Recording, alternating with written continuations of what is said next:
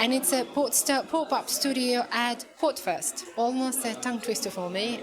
But I'm happy this year we're having this pop-up studio where we can interview the speakers, we can interview content creators and guests. And we're having James from Podnews with us today. James was a speaker on the stage. James, how are you? I'm great. I'm really enjoying it here. It's fantastic. When did you arrive to Dubai? Oh, I only came in yesterday morning. So, yes, I haven't been here for particularly long. So you came here specifically for PodFest? Specifically for this, yeah. It's I haven't been to Dubai since 2007, so quite a lot has changed since. That's true. Yeah. But it's really good to be here and fascinating seeing. I looking at the podcasting world, there is clearly an awful lot of growth happening in the Arab world, and it's growth that quite a lot of the world isn't paying too much attention to. So it's really wonderful to be here and understand more about what's going on here. So that's basically, I wanted to ask you, and I wanted to mention, if we're having speakers of your level at the PodFest, it means there's something fascinating happening in the industry. Maybe a few words, what you've noticed happening in the Arab world in podcasting versus what's happening globally. Well, I think, globally, particularly in the US, for example, we've seen an awful lot of very excited spending in the podcast world, followed by a bit of it's not really a burst bubble, but it's certainly a deflated one. Mm-hmm. We haven't had that here in the Arab world. We haven't had it in Europe either, actually. Mm-hmm. And so it's been a nice, steady growth is what we've seen, which is great for how the industry is growing. So I think podcasting here is very healthy, but there's also an awful lot of excitement about it too. I think it's not really it's not oversaturated, let's put it this way, yet, and there's a lot of great content to come, I think, in Arabic. Yes. So do you see that trend happening? Yeah, absolutely. And I think, in any different market, you see different styles of podcasts working really well. I've just come from Podcast Day Asia, which was in Malaysia only a month or so, and they don't do anything around true crime. They don't do anything around some of the podcast genres which are most popular in the US. And so every single market has different types of shows which are working well. Certainly when you have a look into India, there's an awful lot around education and self-improvement and all of that stuff. So it's really interesting seeing each different market growing in its own way. So, and for example, Arabic world versus US topics, what themes and what topics, what niches do you see from data perspective are sort of picking up here in the Arab world? I mean, I see much more interview podcasts here than there are in the US. I mean, in terms of a percentage of the entire market, I think there's great opportunity in terms of audio drama, in terms of more in-depth documentary type shows. But it is always interesting seeing what the differences in each market are. And we've seen a lot of video podcasting here in the region, right? Do you have a point of view? Why is this happening? Well, I think, and it is interesting that the world's most watched video podcast is from Saudi Arabia. It's not an American one. And I think that says a lot about the type of podcast consumer here, in that they are very keen to watch that sort of thing. And it's in Arabic, of course, as well. So actually quite a lot of the world won't be able to understand it. And that, I think, says a lot about how welcoming consumers are here for video podcasts. I think my point of view on video is that it adds a lot of complication to making a show. Yeah. And we need to be aware that a lot of the reasons why people listen to a podcast are that they are audio first, that they can do something else with their eyes while their ears are consuming a podcast, so they can drive or do the washing or whatever it is that they're doing, and that is the secret weapon that podcasting has. Yeah. So if we're going to make video, absolutely we should make video, but let's make video that doesn't take away from the audio experience. That's right. Yeah, that's an interesting point. So one of the, I'm talking to media industry when we call podcasting actually a new and very accessible media that individual creators can tap into, brands can tap into, right? So it made overall media world very accessible for a lot more people than it used to be before. And one of the points that, for example, everybody is mentioning here in this region is that they're high quality, meaning a really deep and high quality conversation is not easy to be maintained. Yeah. So maybe if you could share your observations, your point of view in terms of how to sustain a long show that will be great for advertisers, great for brands, and whether it has to be video, audio, I think that's the secondary question, isn't it? It's about the content itself.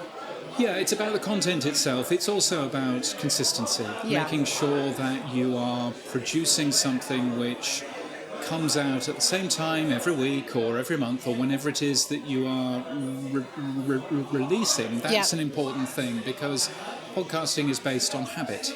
I have a particular podcast that I listen to when I go to the supermarket over the weekend. I have a particular podcast that I listen to when I'm walking the dog every morning. There are various things that I do there.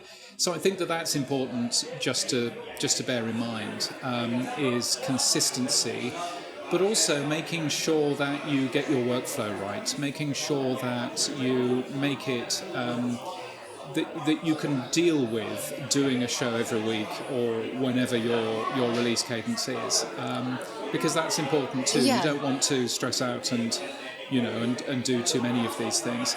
The final thing that I would say is make the most out of the content that you have, and that means not just produce a podcast with it, but also, and of course, put it onto YouTube and various other places, but also take that content and reuse it in other ways. Maybe put clips of it on TikTok, maybe turn it into a blog post, maybe make sure that you have a transcript of the interview which you can put somewhere else as well. All of that is very important as well. So it's not just a case of making a podcast and away you go, getting the most out of it. I think a lot of creators here in the region are looking at podcasting as a way to market their brands. Yeah. And that's what I see, for example, when it's purely business oriented, I don't think it flies. To the extent that what you've just mentioned, that when you go into a grocery, you're listening to one podcast, and when you, for example, I don't know, meeting a friend in a park with a coffee, you're listening to another podcast. So it's more about the topics that we're probably a little bit, I don't know, scared to tap into here specifically, but probably in the US, you've got this industry flourishing for many, many years, and we just, I think, somewhere to understand how it works. So how long is so you're doing your show weekly. How long is your daily actually? Daily, yes. So how long is your episode, and how do you find the topics to get? So I do a daily newsletter about podcasting, and it is all about workflow for me, in that I have to go and find all of the news. Actually, quite a lot of people send me news now, because the newsletter goes out to 32,000 people every single day. So, so I get an awful lot of email, which is nice. So I do that. And the reason why I started doing a podcast version is that, firstly, people were saying, where's the podcast version? You're a newsletter about the podcast industry, where's the podcast? Which was a sensible thing to say. But also, secondly, I was reading through the newsletter to make sure that I didn't put any errors in there. And so that final read-through, I thought, well, I'm doing the final read-through anyway, I might as well record myself doing that. Oh. So, so a lot of it comes down to workflow and making things as easy as I can possibly do that. But yes, so I've been doing that for 7 years now. A podcast every single weekday, which is fun to do, and recorded today's only in a small room, not so far away from Nice. here, just half an hour ago. What does technology bring to podcasters now? Like how does technology support us? You mentioned a few updates from Apple, from Spotify, I think. So, I mean, maybe just a quick one into that. Well, yeah, I mean, there are so many new AI-assisted ways of helping you make a show now. So if you can't be dealing with all of the editing with a waveform and everything else, which is a very complicated way of editing audio, then there are tools which let you edit a podcast just using words on a screen. And if you don't want that particular sentence in there, you highlight that sentence, you press the delete key, and it's gone from the audio. So there's a bunch of these useful tools which make life so much easier in terms of making a show, in comparison to when I started in the podcast industry in 2005. It was a very different world. Right. So, and the fact that we've got, the microphones and the audio mixing tools and everything else are much more available and much cheaper than they ever have been. So all of that has made it much easier to make a show, which is a great step forward, I think. And what about the podcasting platforms? There are a bunch of great hosting platforms and everything else.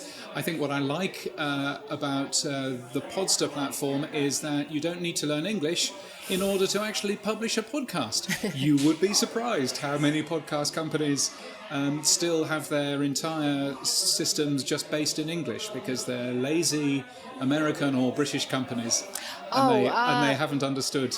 But they're the leaders in the world anyway. So it is. How do you see podcasting developing?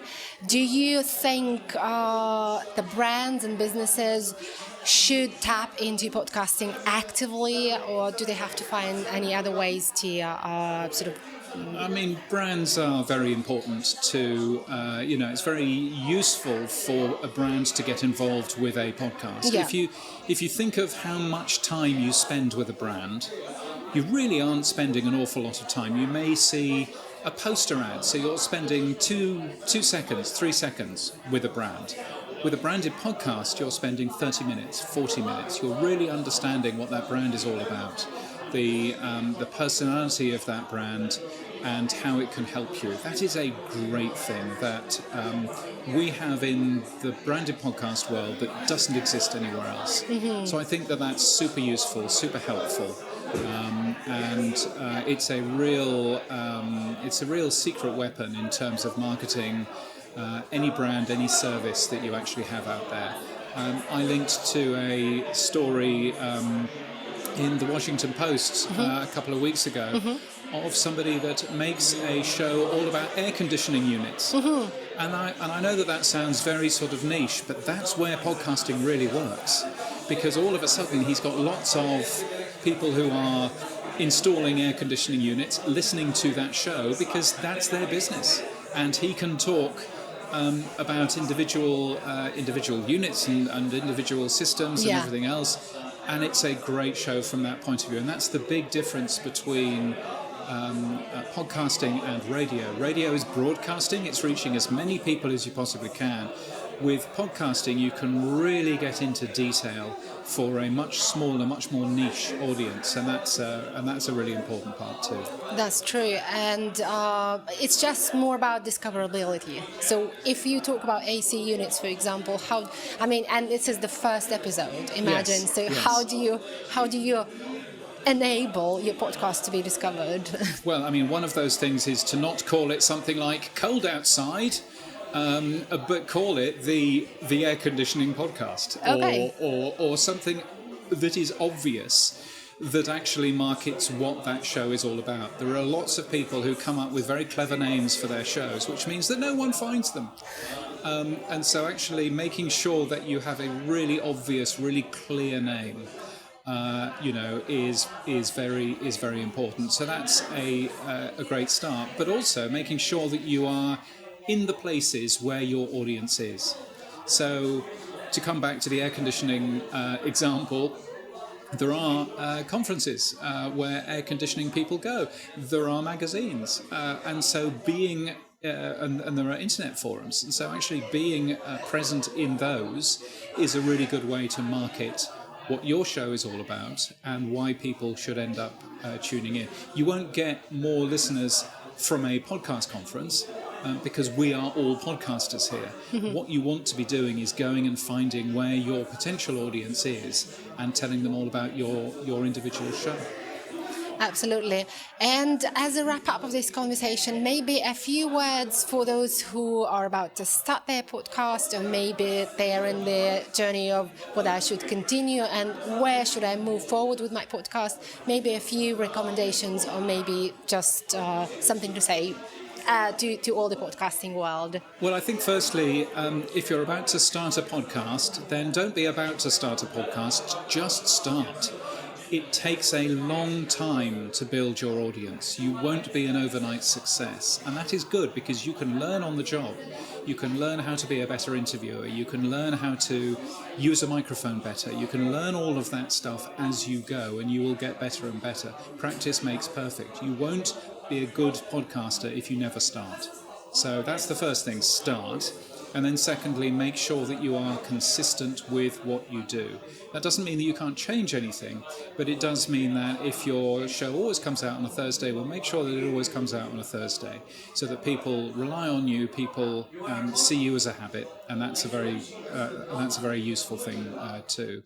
And I think, the third thing is have fun doing it and make it easy for you to do a particular show. Try and get rid of as many of the complications as you possibly can. So if you have a podcast, you might want to have a website for it as well. Well, don't build a separate website because that'll drive you mad. Use a service, use a podcast host that has a great website, or use a service like Podpage or any of those other services that will automatically make you a self-updating site that you can just leave to update automatically, so that you have less work on that side, so you can spend more time on producing a great show. Those are great pieces of advice, and thank you so much, James, for a great session earlier today.